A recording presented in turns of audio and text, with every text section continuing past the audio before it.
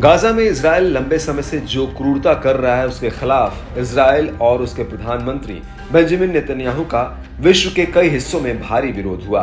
यहां तक कि इजराइल के पीछे खड़े अमेरिका की यूनिवर्सिटीज और सड़कों पर भी इजराइल का विरोध हुआ।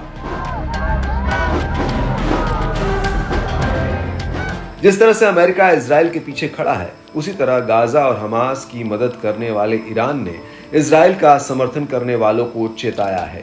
ईरान के विदेश मंत्रालय ने इजरायली सरकार के समर्थकों को फिलिस्तीनियों के खिलाफ किए जा रहे अपराधों का समर्थन करने वाला बताया है। मंत्रालय प्रवक्ता ने एक पोस्ट में लिखा कि ज़ियोनी शासन का समर्थन करना कानूनी और अंतर्राष्ट्रीय जिम्मेदारी निभाने के अलावा हारे हुए और असहाय घोड़ों पर दांव लगाने जैसा है।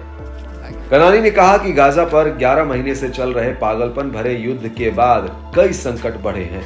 लोग बड़े पैमाने पर प्रभावित हो रहे हैं। उन्होंने बेंजामिन नेतन्याहू को युद्ध का अपराधी बताया और कहा कि इनके सत्ता में बने रहने से इजराइल का आंतरिक शासन और अंतर्राष्ट्रीय पतन तेज हो जाएगा। इससे पहले भी कई देश और अलग अलग संगठन गाजा में नरसंहार और क्रूरता रोकने की मांग उठा चुके हैं, लेकिन नेतन्याहू ने हमास को पूरी तरह से खत्म करने की कसम खाई है। हालांकि इन मामलों के कई जानकार साफ कर चुके हैं कि नेतन्याहू अपने मंसूबे में सफल नहीं हो पाएंगे।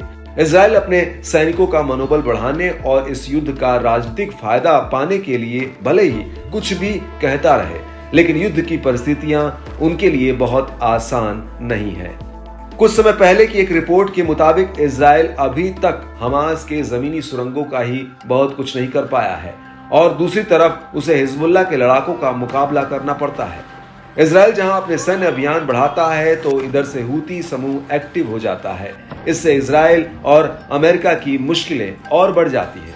हालांकि हाल की एक रिपोर्ट के मुताबिक अमेरिका इस बार कड़ाई के साथ इजराइल हमास युद्ध को रोकने के लिए एक प्रस्ताव पर काम कर रहा है। इस बार के प्रस्ताव को लेकर अमेरिका ने अपना रुख भी अभी से साफ कर दिया है कि इस प्रस्ताव को ना कहने की जगह दोनों को इस प्रस्ताव पर सहमति जताने के कारणों को खोजना पड़ेगा।